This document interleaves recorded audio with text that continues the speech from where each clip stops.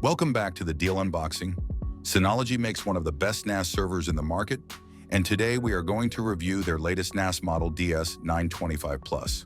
So in this review, we are going to go over the features, specs, benchmarks, and also do a teardown of this NAS. So let's first do an unboxing and see its contents. The unit comes a NAS system, an external power supply, and Ethernet cables, screws for 2.5-inch hard drives, and quick start guides. Now let's look at the specs. The unit is powered by AMD Ryzen 1500B, quad-core CPU, 4GB DDR4 RAM up to 32GB, 4 drive bays for UPTO 180TB raw storage, and 2 M.2280 NVMe SSD slots, and latest DSM-OS. Now, let's look at the ports. On the back of the NAS, there are two 2.5 gigabits per second LAN ports, a single USB 3.2 Gen 1 port, expansion port, Kensington slot, dual cooling fans, and power port. On the front, we have LED indicators for hard drives and status, a single USB 3.2 Gen 1 port, and a power button.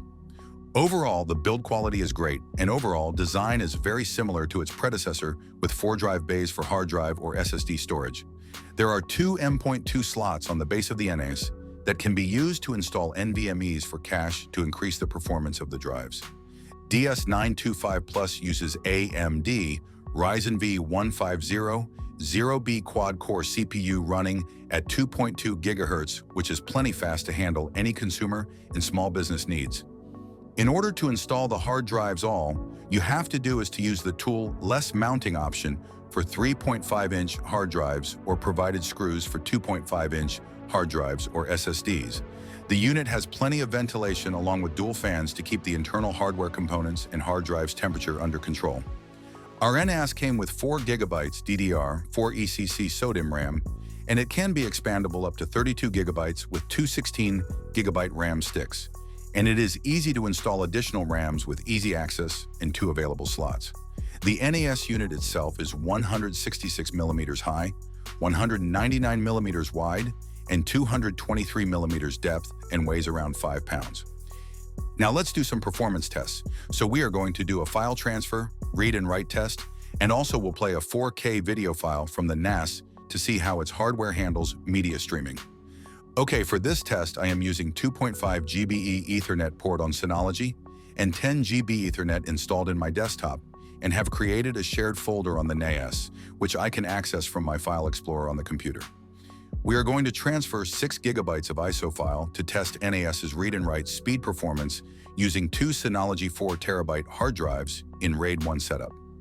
The first test is a write speed test, and we are transferring the file from the computer to the NAS share created on hard drives.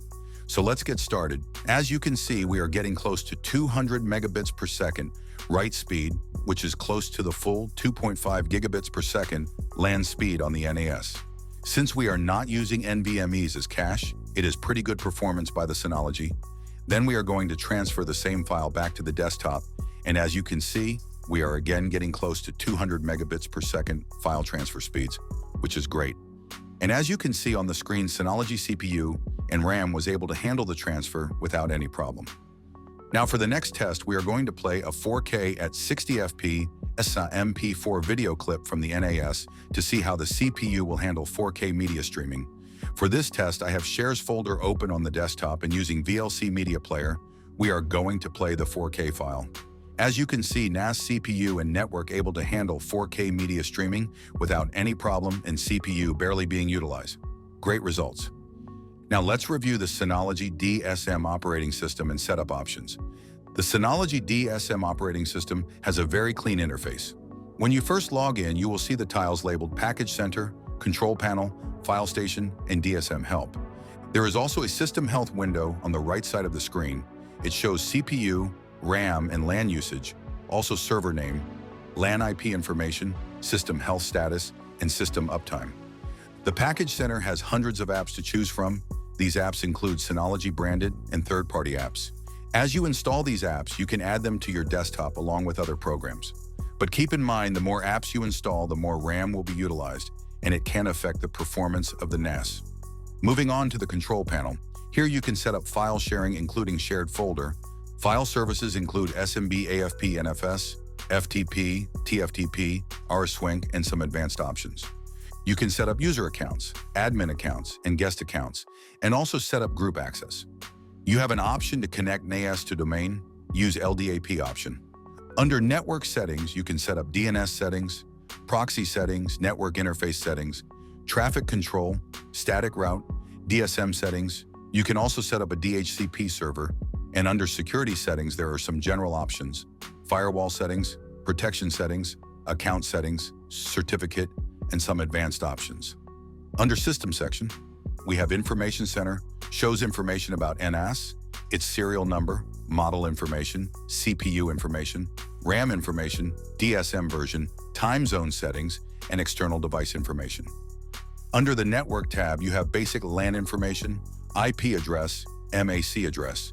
There are tons of options and setting to configure for both consumer level and small businesses. Let's do the final summary.